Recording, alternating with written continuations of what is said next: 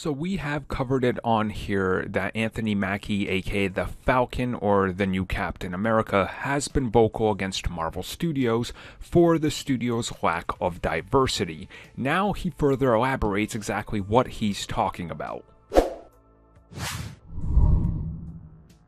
So in case you guys missed it, there was an interview with Anthony Mackie where he talked about Marvel Studios' lack of diversity behind the camera and in front of it in many respects. And he talked also about the fact that if you look at the people working on these movies, sometimes there's 100+ people working behind the scenes, doing all the makeup and doing, special effects stuff and practical effects. And largely, they're mostly white, like 99.99% of them, until Black Panther comes along. Then you can have a majority of them that are people of color, and then suddenly what happens when they move on? They don't get a job again until the next Black Panther. Why is this? So he was very openly vocal about this, and even Joe and Anthony Russo, the directors of Endgame, Infinity War, Civil War, even they agreed with him, saying they can all try to do better, and they will. Well, recently, in another interview they got to catch up with Anthony Mackie, he goes a little bit more in detail, and he talks about the fact, quote-unquote, put Marvel on blast. And this time he adds a little more by saying, and I quote,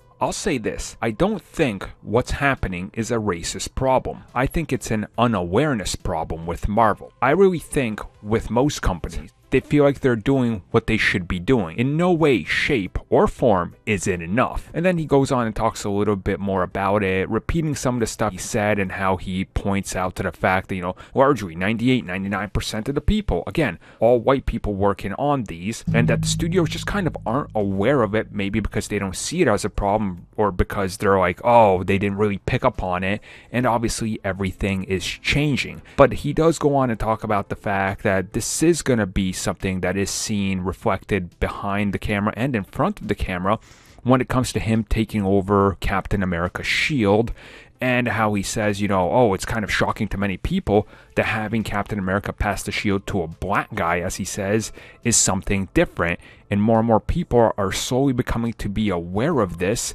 and looking at it as a good thing.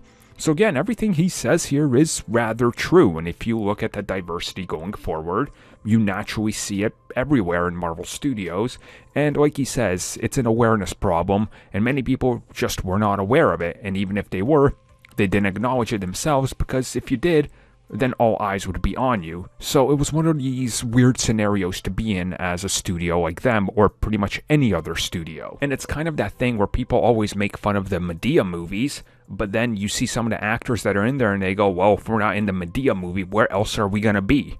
And then you really stop and think about it for a second. You go, oh, wow, Perry over there is really doing them a favor, if you think about it. That's kind of crazy. And yeah, that's changing naturally. That's part of the business. And as he says, Captain America now being a black guy, that's opening a lot of eyes. So things are changing slowly.